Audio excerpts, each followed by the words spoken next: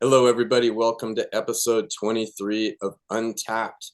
We are here with Levi Kelly, number one athlete in the world, out in Florida right now. And we got Kyle Hannon, world record holder, spy most chemotherapy cancer patient with the largest biceps in the world.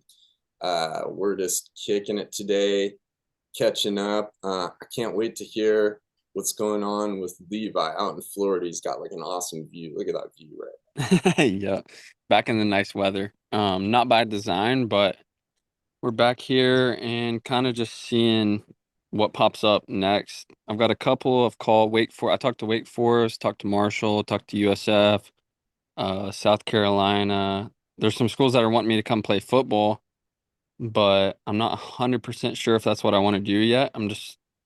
It's got to be the right situation Yeah. because I haven't played in so long. It has to be a team that understands like, hey, I haven't played. I can't just if I'm gonna play quarterback, I can't just jump right into that. Like I need to learn the playbook. So personally, I would probably if I'm gonna play quarterback, I would rather take a redshirt year and learn the plays, run on the second team, and just learn the plays throughout the entire year, and then be ready to go the next year. But there's some teams that want me to play defense as well and not play quarterback. So if that's the case, defense is pretty simple, so I mean, I could be ready to go by because the season starts in September, so it would be a quick turnaround, but I think defense I'll be ready to go What just would because you I'm play I'm on defense? What probably position? linebacker. I would have to put on maybe like 10 pounds, but I'm like 205 right now, 6'3", so Yeah. I would be a little bit lean, but from a strength's never been a problem. So You're I don't good. know, Did we'll you ever see. do that? You didn't do you did something, you probably done something like the Columbine, but I remember seeing you show me videos of you split squatting like three plates, right? Yeah, yeah, That's yeah. insane. I mean, that's NFL linebacker level right there.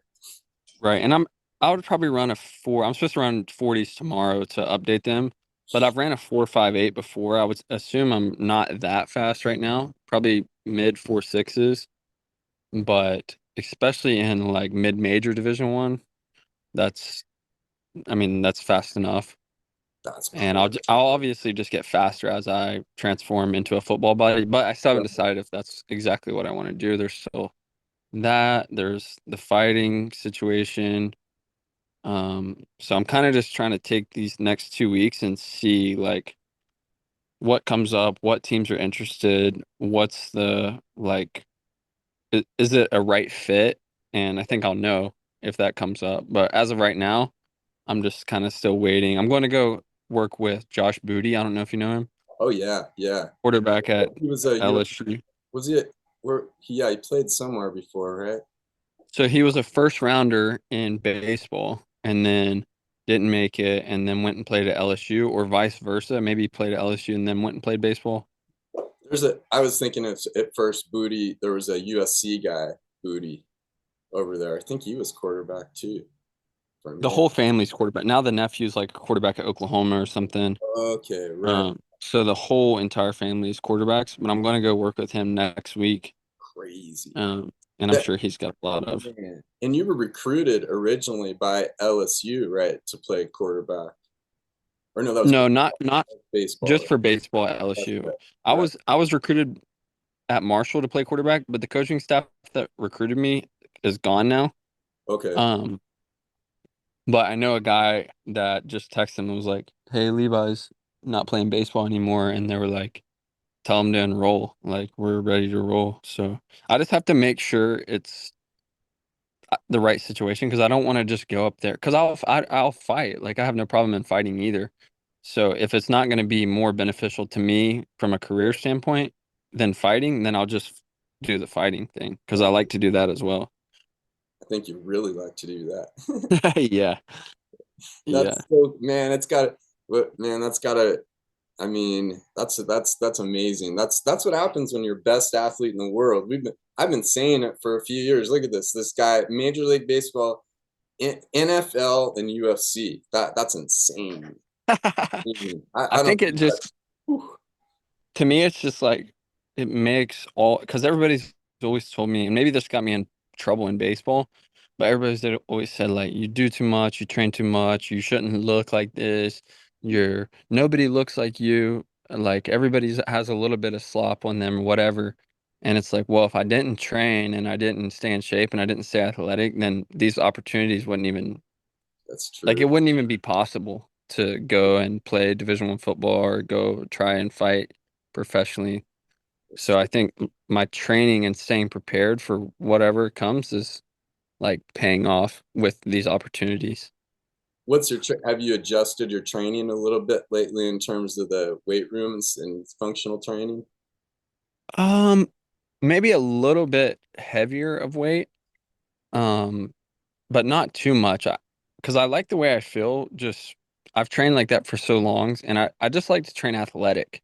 Yeah, Like be athletic, be strong, be as strong as you can while maintaining mobility and try to move the weight quickly. And that's kind of the way I've always trained.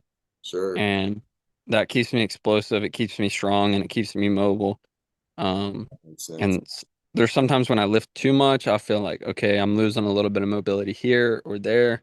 Yeah, But if I'm going to play football, especially linebacker, then maybe I have to sacrifice a little bit of mobility for strength. Like I'm 200 to 205 now. I would probably want to be, if I'm going to play defense, 215 to 220.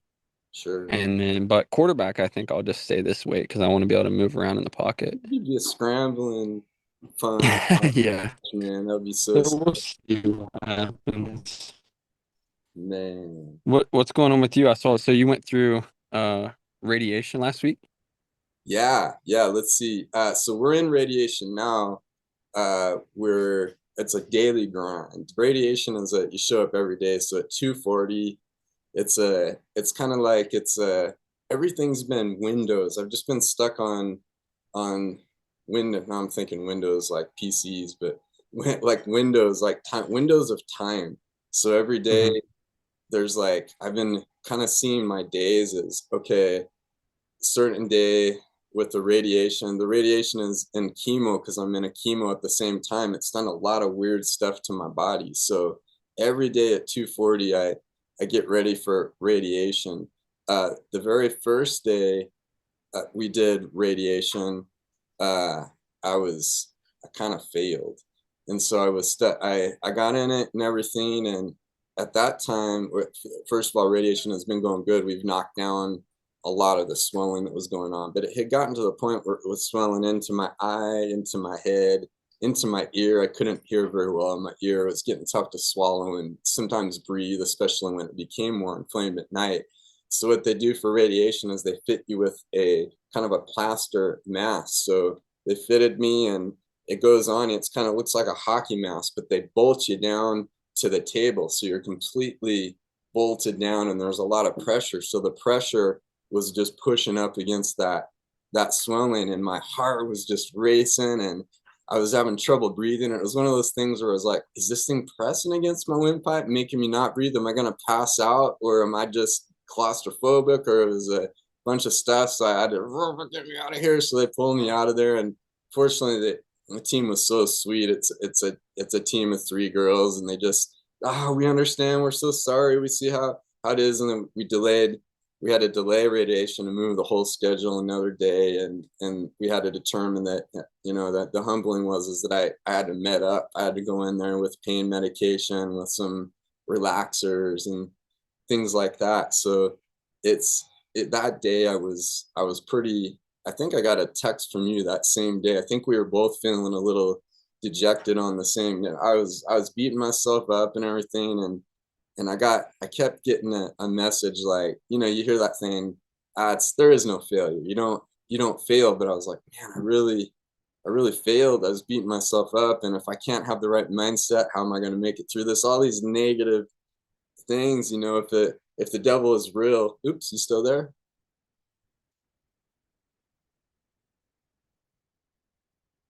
Let's see here. I'm at a loss for a second. Oops,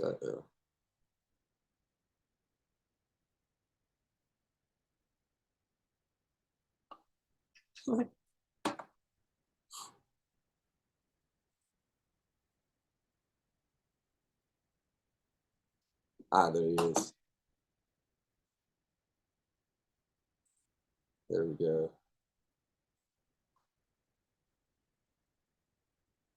We got it back. Okay, okay. My phone overheated outside. Oh shoot! It's that Yeah. hot there? That's crazy. Yeah. Okay, there Right we go. on, man. Right when I was talking about the devil, it cut out, man. I don't know. Yeah, so oops, let me make sure. I think I'm recording still, right, babe? All right, cool. Yeah, so anyways, you get in those things like when it's hard to see sometimes when it made things so much better for me is that actually that failure or that thing happening that day made it so that every day I had lower stress. It's turned this thing where I've embraced one of these things and cancer treatment. Sometimes you got to embrace medication. That's what the meds are there for. So it's this whole process now of me every day.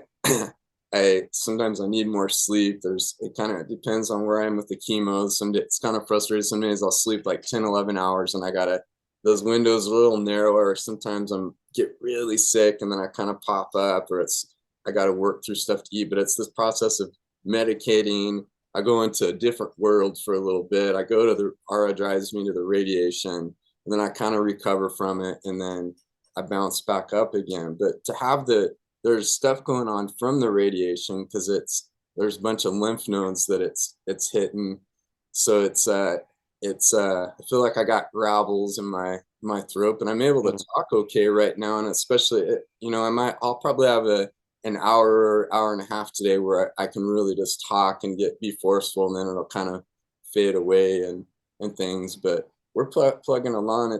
There's been a couple days where I was just kind of still been battling with the kind of the dejection a little bit. So I was on that failure part. It's more like, hey, if you do your best, I did my best and it didn't work out. It's time to redirect. It's time to focus. Hey, I can feel dejected. I can let it all out, whatever I got to do for that moment, cry, get the self right. But then when the new day comes and that window opens of feeling a little bit better, that's when it's time to redirect. That's when it's time to move forward. Hey, we're gonna give this another shot. It was not necessarily a failure, it's just a redirection. So that's kind of what I've been stuck on. And how is the radiation different from the chemo or like what's Yeah. the yeah, go ahead on that. Yeah. Man, that's it. When I started this all, I thought chemo was radiation and vice versa. I didn't know what the heck it is. So chemotherapy, there's about 250 or so medications. More than half are plant-based medications, and they're all different forms. There's different classes of them. It's any medication that can attack a cancer. So cancer is kind of such a over to me. I wish they would kind of change the word because like a sarcoma cancer is so different than a blood cancer that it should be called something completely different. So, but any class that treats a medicine that treats a cancer, whether it's a targeted drug, whether it's a kind of like a derived from a mustard gas kind of drug that hits a lot of cells and makes you feel sick as a chemotherapy. So that's always, it goes into my port. That's always going to, a chemo is going to be a medicine. Sometimes it's a shot. There's a couple of oral pills, but mainly it's going to be a medicine that goes down and it's a fluid and it goes right into the bloodstream. Whereas radiation it's in this big chamber and it's got these lasers, these pinpointed lasers that go right into where the cancer is. And since I've done it last, the tech has improved. It's improving every year, but it goes in and the idea is to get to the cancer, to knock it out as much as possible and minimizing the damage in the other areas.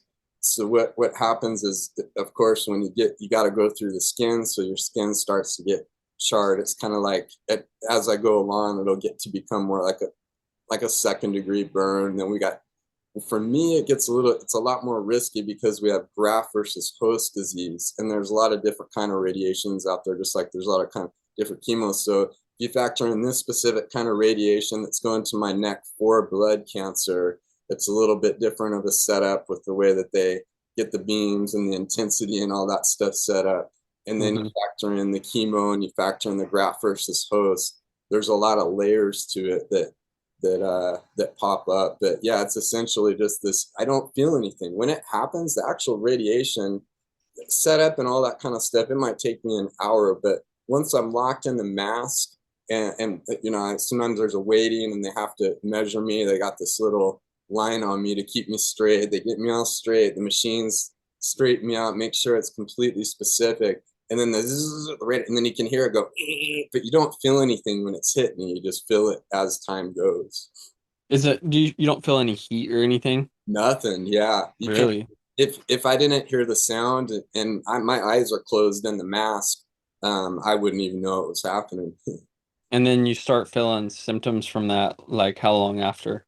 Yeah, the next day I started to feel a little bit. I could tell it the first 3 days. It was one of these things where it started to help along with the chemo. It kind of interacted with the chemo. It started to reduce the swelling. So I started to get so much relief from the crazy amount that was going into my eye. When that started to back off, it was like I didn't even notice. Now that it's going down, it's just every day of going in the direction of kind of like it puts like your throat kind of grabbed. It's hard to swallow. Last time I fought to stay off a feeding tube. I ended up drinking a little bit of beer, and drip by drip it kind of got me to relax, and I was able to eat some soup. But just kind of it feels like you got burned there, sort of a little more each day. It kind of does that. Hmm. And then how long will what's the plan for how long they're going to do this or? We're going to go till Monday and then we're going to reassess. The nice thing is the thing has a scanner on it, so you can kind of get an idea of how good it's been working. It will, when we do stop, we may just stop and then let it see what happens for the next 10 days because it will continue to work once it stops, especially because we got a chemo scheduled for next week. If it looks like we're on plan, so that Monday, I suspect that we'll probably give it a little break, hit chemo, and then measure it again in 10 days. If we need to hit a little more than we would. If we didn't get enough, then we might hit it for another week or two. Mm. And so this has been the main part that's been Yeah. bothering you or just Yeah, mostly this? we have tumors in other spots in the lymph nodes under my arm, kind of groin and lower abdomen. Those are all about zero point 0.7 to 1 centimeter, but all of those seem to be more stable where they're not giving me any pain or anything. For some reason, this one decided to spread super fast, and I really think it had something to do with the trial that I was on, because that T cell trial, the idea was is that the T cells go after the tumors, and it kind of is supposed to the way there's a lot of different ways that T cells can attack, but this one would expand and expand and then kind of explode it. So I kind of think when I did my chemo after that trial failed, it's for some reason it really the T cells or whatever kind of went into this area, and the remnants of that trial kind of went in here and just made this blow up. Right. Yeah, yeah. And what did you decide on the trial in? Where was that? Oh, Rochester, Minnesota. Yeah. It's kind of frustrating. I went up there. This has been happening with a lot of patients in our groups who've been talking about this lately. Not sure what's going on, but I went up there thinking that I was going to sign the consent to start trial. When I got up there, they said, they were like, "Oh, we'll let you know in 6 weeks. You look like a good fit." And I was like, "Wait a minute, I thought I was going to sign." And they're like, "Oh, there's some things going on with the pharmaceutical company that's sponsoring the trial." So I was like, "All right." So I've been pestering them. My doctor's been pestering them, and they've just been kind of like, "Oh, we're not sure what's going on," sort of thing. And we got another problem too, is that when it does go, they want me to come up every week, and the actual trial is that I would get the chemo for 1 day every 3 weeks. They want me to come up to do labs, just blood labs once a week, which my doctor's like, "That's so ridiculous because we can just do them here at Mayo Clinic and then ship them up there." Yeah. Pharmaceutical companies kind of been tough about it because we really want to minimize the traveling, especially when if I traveled like right now, I probably like I'm talking and I feel really good, but last night I was in bad. If it would have been before cancer, I would have been in the hospital and Right. probably critical or in that direction of care. So I'll get real sick real fast. So if the different triggers can get me in that area. So if I flew right now, I would get myself into bad shape. So that's part of it too right now is it's kind of like these trials going out of state as a stress on the body. If we find something that works here and I can kind of cruise on it, that would be ideal for me because eventually all the trials are going to come to Arizona. We're getting stronger as Mayo Clinic gets better. Our MD Anderson is getting stronger. City of Hope, Black Cancer Treatment Centers of America, and they're starting to build up with some trials in the next year or two. So, right, there's another trial I could go to in Texas. Possibly that one would be, I'd have to be away for 6 months. But if we got in big trouble, that's probably where I might end up going. But for now, I think I'm kind of leaning towards just kind of cruising on this one. Right. Just the more time you buy, the more chances there are a trial and maybe in Arizona pops up. Heck yeah. And I can't believe the breakthroughs in treatments. One of the awesome things of COVID's, a lot of the research came out is they really went deep studying monoclonal antibodies. And this class of medicine it's really crazy, but it's usually derived from the spleen of a rabbit or sometimes a mouse. I think it's rabbits and mouse mainly where they're getting this drug from. They derive it and then they're able to reproduce this into a medicine. And it's pretty cool because they're starting to find new ways the longer it's been studied and studied. And when I really feel like when I say studying, there's research where you get a group and then you do the trials and you study it like that. And then there's actual data. COVID kind of streamlines some monoclonal antibodies so we can get more data of actual people using it in real life. And that allowed them to develop this kind of nucleated version of a monoclonal antibody where they're able to design one that attacks the specific protein on the cancer cell. So these drugs are becoming more specific and attacking a unique type of cancer because there's 3 major types of blood cancer, but each one has many subtypes under it. And under that, there's a few hundred different types of proteins. And so if you can get, maybe there's 5,000 subtypes totals of different cancers. If you can get all different medicines that target more and more specifically, that's going to be, and that's kind of what's been happening every quarter. We get a breakthrough in treatment. So you see the numbers, the survival goes up and the numbers of death goes down. So you're right on. I think staying hopeful as long as our it stays good. We're fortunate to live in America where we're developing, and some of these other countries are coming up strong too. Germany, Australia, New Zealand, England. They're working. They've been making some breakthroughs. Israel, where every quarter something new comes out in a whole new class or a better. So it's just kind of like, hey, I feel grateful and hopeful that something better is around the corner. Is there how does like America compare to the other countries as far as the cancer research? Are we ahead? Are we behind? Or That's a good question. I would say pretty far ahead right now. China is another one now that surprisingly, like when I look at where the trials are available for me, there's actually there's this new thing called CAR T that's been successful in all their cancers. For me, it'd be a really risky trial for a lot of factors and the specific kind of cancer. But there's the only places where there's a trial for that right now is MD Anderson, Texas, and then in Beijing, China. So China has been doing a pretty good job. They'll kind of replicate where they're able to have the fun labs where they can kind of replicate what we're doing here. Germany was one of the biggest leaders, and honestly, I think it came from the time of Nazi Germany when they were experimenting like crazy with with humans. It's the worst thing ever. But that's where they figured out that they started using mustard gas, and then somebody tested it out in America. Hey, we're going to try mustard gas derived into an infused liquid form. It killed all of the cancer patients, but they saw also when they studied the bodies that it cured the cancer. So that was kind of the beginning of chemotherapy. So since that time, Germany started to they continued to have a lot of data at first that they didn't share. But when I started cancer treatment in the beginning of my battle, when I failed the frontline standard treatment, a trial in Germany opened up, which was it was a seven different chemos together at once. So you'd just be in the hospital for 6 days.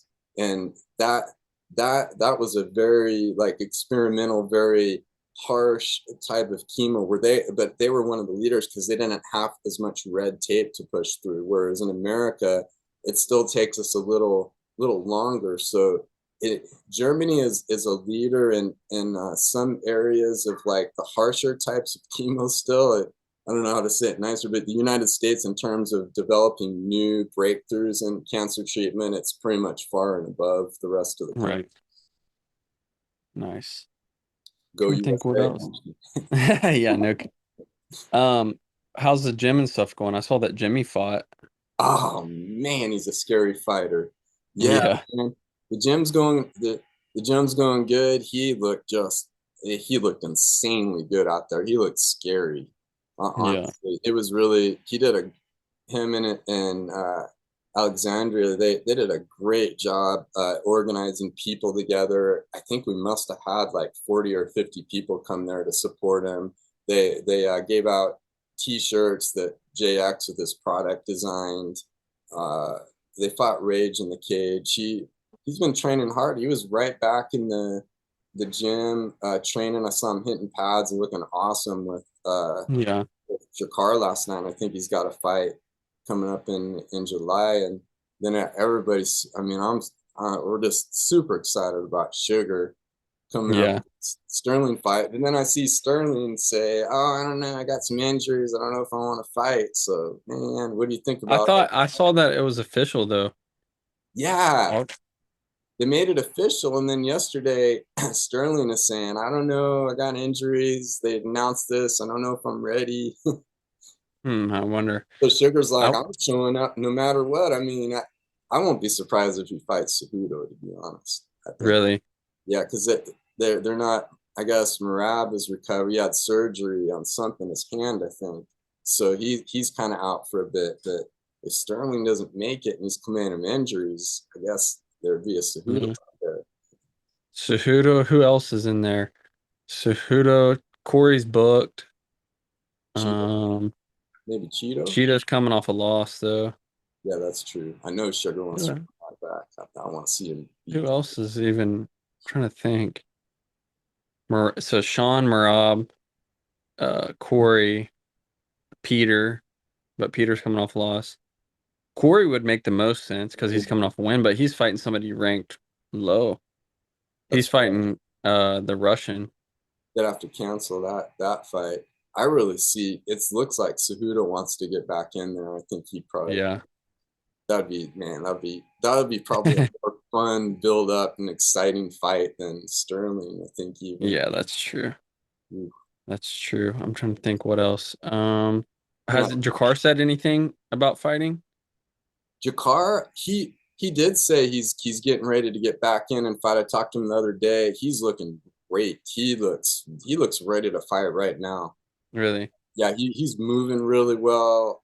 I told him I was like, man, he has that kind of that scary USC look going on right now. Right. We got to Maybe get him end of on the the year. pod, man. That's who we need to get up here soon.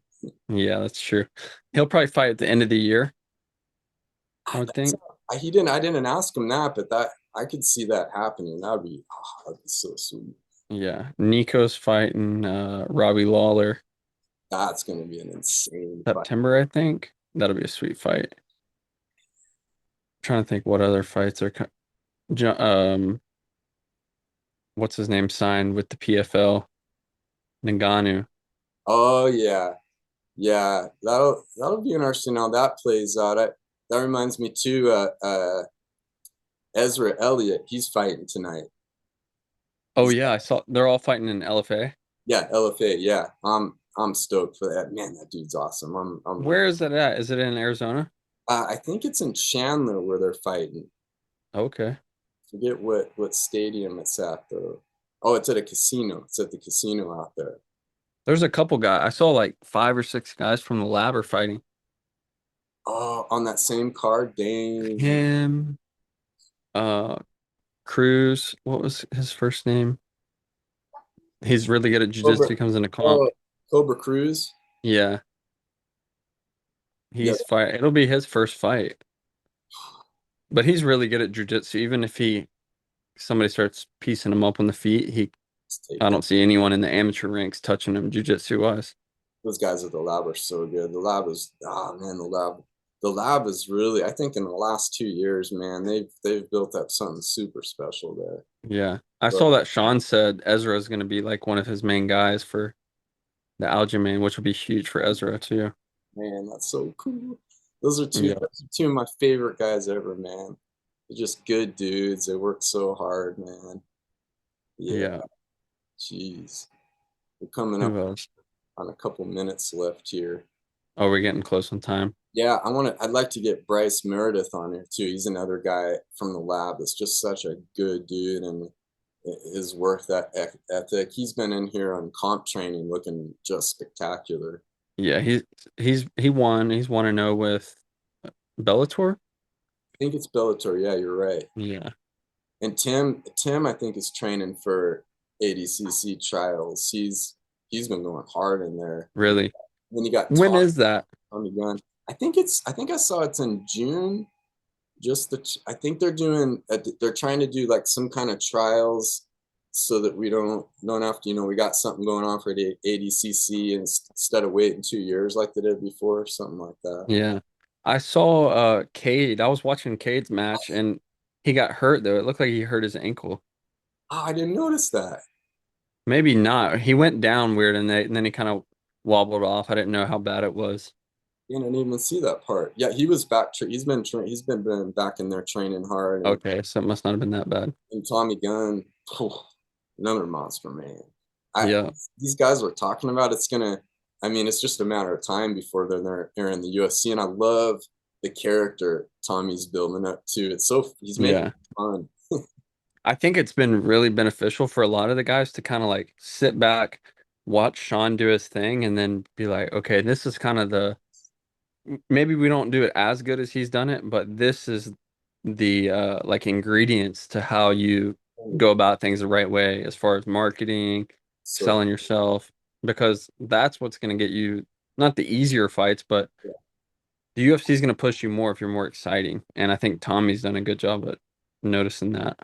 he does, and I just man, I can't say enough good about Sugar. Of course, the bigger you get after this last incident in New York, New Jersey, you get more haters pop up, you get more fans. But this dude, man, he's so generous and supportive of everybody in our community, whether it's a business or it's a fighter.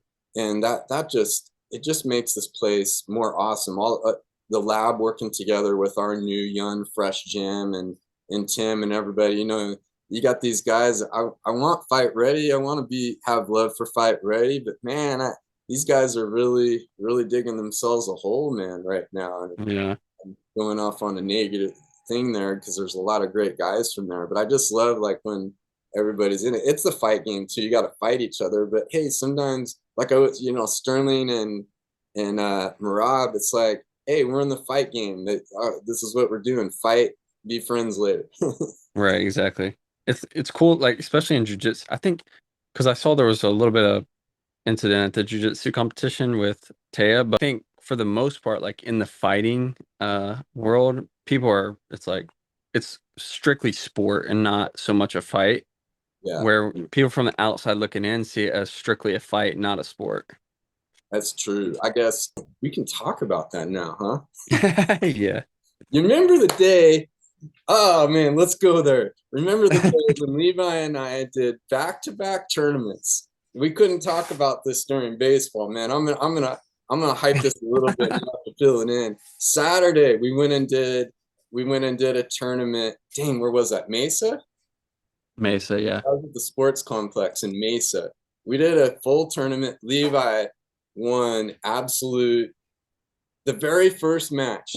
Oh man, the very first match you went in there. Oh my gosh, you were mad. I've never seen this guy. Man, you were fired up. What happened in that first? You were so you were like fired. You weren't necessarily angry. You were just in this kill mode, man. Yeah, the first match I won, but I was gassed after that. And then the second match, the guy that I faced subbed that guy in like 30 seconds. I remember that now. That dude And was then sitting there like that. We thought he wasn't even competing. yeah. And then I lost the next match like 8-5 or something. Yeah, And then but that guy was good. he And then was after so that I good. won all the matches the rest of the day. Gi and absolute. And then the next day, gi, absolute, and no gi. Where was that one in? Where was that one at? I don't remember where we went. Scottsdale. Yeah, that's right. Hmm. That was insane too. I wonder if that in the that should be we should have videoed all. I think Taya's got some video. I don't know if anybody's done back-to-back tournaments like that with gi, no gi, and absolutes. That was crazy. Yeah, it was fun. We're just gonna go ahead and forget that I participated those 2 days. You still did it, and you were in the freaking adult division. It was so frustrating because I think I was at my peak I've ever been in jiu-jitsu. We were training together, man. We were I was working with you. We even got in a couple of extra trainings. I was doing comp Mm. training. I was eating man, I was preparing like a full fight. I was loving every moment. And something happened like 2 days before that. My body just went. I remember I was like, thank God I had Aaron Wilson, who was on our podcast a couple of times ago, roughing he roughed 4 of my matches because I've never wanted to quit so bad of something, but I stayed in there. That was definitely going to the Untapped. And then I look over and I see winner Levi Kelly, and I was like, yeah, let's go. That I day was gets thinking all those about medals. there's a competition here in Tampa June 3rd. Be a quick. I trained last night. I've trained 3 times since I've been here, but be a quick turnaround, but we'll see. I want to see what happens with the Cool. football situation first and then figure out what I'm gonna do. Because I know there's a tournament. There's a bunch of tournaments around here in Tampa, Orlando. I think the Pans are this weekend in Miami. Oh man, I know you're itching to get in there and compete. How did the training go? Pretty good. This gym is good. The guys are big too. They're a lot bigger than me. Like the gym is just big. Most of the guys are like 225 or more, and No, they're older. I didn't feel like I've lost that much. I'm a little bit rusty on some of the moves that were newer to me when I was training. Like I've lost those, but then the moves that were like my bread and butter, I still have those. heading on. So yeah, So if I you felt good. I think I got beat one. I roll what Saturday we went and did 10-minute rounds, 5 10-minute rounds. That was my first day back. And I did better that day. Yesterday I was okay, rolled like 4 rounds, lost two, won two, but the guys were pretty good. So, man, and I've been training only, I'm gonna train only no-gi, I think, for right now. hell yeah, I that's just like, because if I'm gonna go that route, I'm gonna fight. So I want to mostly yeah. focus on no-gi. I think our gym is starting to go that way a little bit more. The Tim's Monday mornings and Friday mornings now are no gi. And man, you know who else looked good? He really impresses me as Bebo in the Yeah. he that dude is just on another level, man. He looked insane, and I'm pretty happy and excited right now because the guys just started training with Matt at Die Hard. There's a group now of 8 guys, and I Oh, think really? yeah, I Nice. think I think each one of those guys hadn't really been doing much functional training of any sort. So Yeah. imagine getting beat. I don't think Bebo does any sort of training. He comes in and trains his ass off every day in the gym, but imagine getting those guys on a good functional training routine. They're gonna be scary. Yeah. Yeah, for sure. I saw Tim was talking. He's like, Bebo's gonna be world champ, I something believe like that. he's so freaking gifted. He's so good. Yeah. So fun to watch, and he's such a character. He's an entertaining dude. He's He's gonna got come to no AMA fear. too. Yeah, Yeah, no fear at all. yeah, man. I can't wait till you come out here and visit, man. That'll be fun. We'll have to Yeah, pick up like 3 or 4 podcasts and yeah. I train and think I'm gonna try, depending on this situation with football. Yeah, If I decide not to do that, then we'll come out there at least one time before the end of the year. for And sure. then if I fight, I'll probably come out there 6 weeks before I fight. So I was gonna text him, but I'm gonna just wait a little bit and then say, "Hey, do you think I should fight here for now? Should I fight out there? What do you think's best?" Hell yeah. And just see what he thinks. Yeah, man. I I know we said it before. I'm so grateful for Tim, man. It's so Yeah, geez to have this guy. It's just like he's just training just regular jujitsu people right here in the gym, man. The best coach in the UFC, maybe in all the sports, man. That's a huge thing to have. yeah, for sure. That's crazy. I think these guys are gonna go fight, and a few might fight in Montana again too. JJ was telling me he might go up there and fight. It looks like they were saying it's easier to get fights up there, and that fusion fight, Yeah, it's good too. They do a good job. yeah, that would definitely. Because I was thinking if I were to do it, then maybe I'll train here, and then 6 weeks before I'll go out there and train for like 6 weeks in Arizona, Mm. and then fight, and then come back here, train, book another fight. 6 weeks before the fight, come out there and stay for 6 weeks, fight, and then come back here. Seems like that makes the most sense, That's living the but dream. we'll see. Yeah, That's so. I feel like that, but you know what, man? I'm also like that is a huge, too big of an opportunity that wouldn't come again because you can still keep training and keep yourself in the mix to be a professional fighter or whatever professional jiu-jitsu, and then this at the same time to be able to play at Marshall. We're gonna have to get Marshall gear. This imagine, man. We'll have to everybody here is going to be we're going to be watching you on the screen for college football. We'll have a fun season, man. I think for especially like to go back there and play, it's not a huge school like mid-major Division 1, but for me to go back after I left West Virginia Sure. in high school, played professional baseball, whatever, and then to go back home and be the quarterback there, the Oh, amount of money you can make too on like jersey sales now and stuff like that, it would be big for like that state in general. So we'll see. from a branding perspective, it's a beautiful move. You look at the trajectory of you play football for who knows, maybe you go NFL then or something, but that wherever you go, you also have that fighting thing there that's always going to be there. Is that's insane. Plus Right. Marshall, it's a small school, but it's so well known. It's one of those small schools that everybody knows. Yeah. Yeah, they throw the ball a lot too. So that's what I want to go somewhere that's gonna throw it around, Oh yeah. not somewhere that's gonna run the ball nonstop. Oh man, that'll be so So we'll see. right on, brother. Well, maybe you better wrap this one up, man. We'll save some. I think we're gonna try to get. I've been working on trying to set a schedule to get this franchise guy on. I think it's a whole new world of business that I'm so excited about learning about. I think when you hear him or some of the listeners that don't know about franchising, listen to this guy talk. It's I'm all into it right now. Yeah, for sure. It's like my hobby. It's all I'm thinking about right now is franchising, and it's so fun. Yeah, it'll be interesting for sure. Heck yeah. All right, my Sounds brother. good. Hey, everybody. Well, thanks so much listening to episode 23 of Untapped. Look forward to what's next. Can't wait to hear the next update on Levi, man. All right. Love you guys. Have a best.